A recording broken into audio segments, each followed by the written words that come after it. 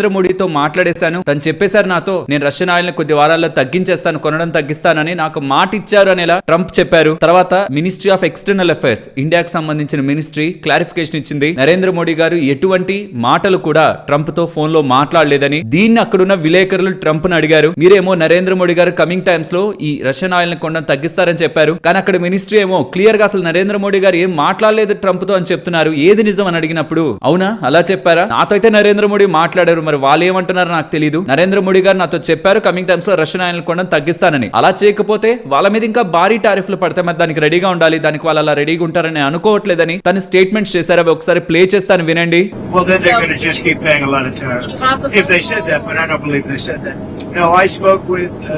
Prime Minister Modi of India, and he said he's not going to be doing the Russian oil thing. So that's. But why would India say that they're not going to be? I don't know. But if they want to say that, then they'll just continue to pay massive tariffs, and they don't want to do that.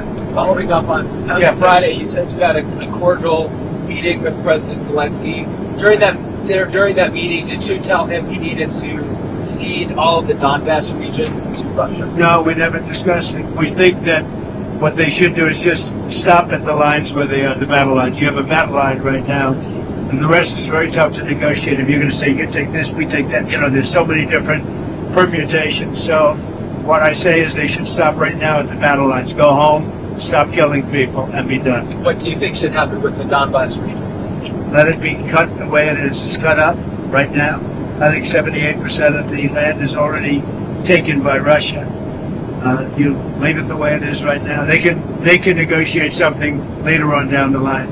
But I said cut and stop at the battle line, go home, stop fighting, stop killing people. ఇదనే కాదు, ఇంకొకసారి కూడా Pakistan India related గా ఉన్న war ని, ఆ యుద్ధాన్ని ఆపింది నేనే, 200% టారిఫ్ వేస్తానని నేను చెప్తేనే వాళ్ళు యుద్ధం ఆపారనేలా చెప్పారు. ఇప్పటివరకు ఎప్పుడు టారిఫ్ పర్సంటేజ్ ని మెన్షన్ చేయలేదు. నేను టారిఫ్ అంటే ఆపారని చెప్పారే కానీ 200% టారిఫ్ వేస్తాను మీరు కానీ యుద్ధం ఆపకపోతే అని మేము చెప్పడం కారణంగానే ఇండియా పాకిస్తాన్ యుద్ధం ఆగిందని స్టేట్మెంట్స్ అయితే తను చేయడం జరిగింది. మార్కెట్స్ రిలేటెడ్ గా ఇది మంచి విషయం అయితే కాదు కదా. స్పెషల్లీ రష్యన్ ఆయిల్ ని కొనకపోతే భారీగా టారిఫ్లు వేస్తాం, ఇండియా దానికి ప్రిపేర్డ్ గా ఉండాలి. ఆ స్టేట్మెంట్స్ అయితే మంచిది కాదు. ఇండియా పాకిస్తాన్ వార్ గురించి ఎప్పటి నుంచో చెప్తున్నారు, ఇప్పుడు కొత్తగా ఏం కాదు. బట్ ఇందాక నేను క్లిప్ ప్లే చేశానా, అవి అయితే ఇండియా రిలేటెడ్ గా గుడ్ స్టేట్మెంట్స్ అయితే కాదు. కాబట్టి మార్కెట్స్ దానికి వాళ్ళ నెగిటివ్ గా రియాక్ట్ అయినా ఒక వ్యాలిడ్ రీజన్ ఉండేది. అండ్ దాంతో పాటు వాళ్ళు ఏమి ఇస్తున్న వార్నింగ్ తో మార్కెట్స్ భయపడాలని కాదు, బట్ దానికి మన ఇండియా అలా రెస్పాన్స్ ఇస్తుంది. ఈ రెస్పాన్స్లతో ఆగకుండా ఇంకా ఫర్దర్ గా ఇది కంటిన్యూ అవుతుంది అన్న ఒక క్వశ్చన్ మార్క్స్ కూడా మార్కెట్ కి రైజ్ అవుతాయి. కాబట్టి ఈ పాక్ ఆర్మీ చీఫ్ ఆసిమ్ మునీర్ చేస్తున్న స్టేట్మెంట్స్, ఇది కూడా ఫస్ట్ వార్నింగ్ కాదు, న్యూక్లియర్ వార్నింగ్ కాదు. లాస్ట్ 2 months లో ఇది సెకండ్ న్యూక్లియర్ వార్నింగ్. ఆగస్ట్ లో ఫ్లోరిడాలో ఉండి మాట్లాడుతున్నప్పుడు కూడా సిమిలర్ స్టేట్మెంట్స్ చేశారు. మేము న్యూక్లియర్ నేషన్, మమ్మల్ని ఎవరైనా కింద